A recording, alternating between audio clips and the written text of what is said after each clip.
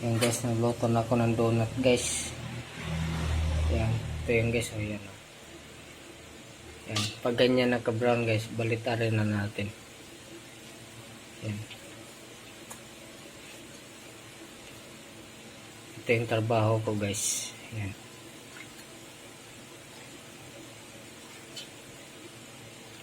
Yan, tagaluto ng donut. Ako rin gumawa niyan guys. Medyo matabang lang yung ating dough. Yung dough niya matabang kasi lalagyan pa yan ng palaman sa loob. Kaya kailangan matabang yung ano niya, yung dough niya. Yan. Pag lumamig yan guys, napakalambot yan guys.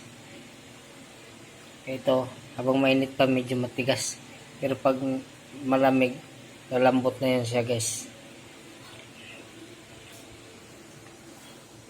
100 piraso yan guys, meron pa doon.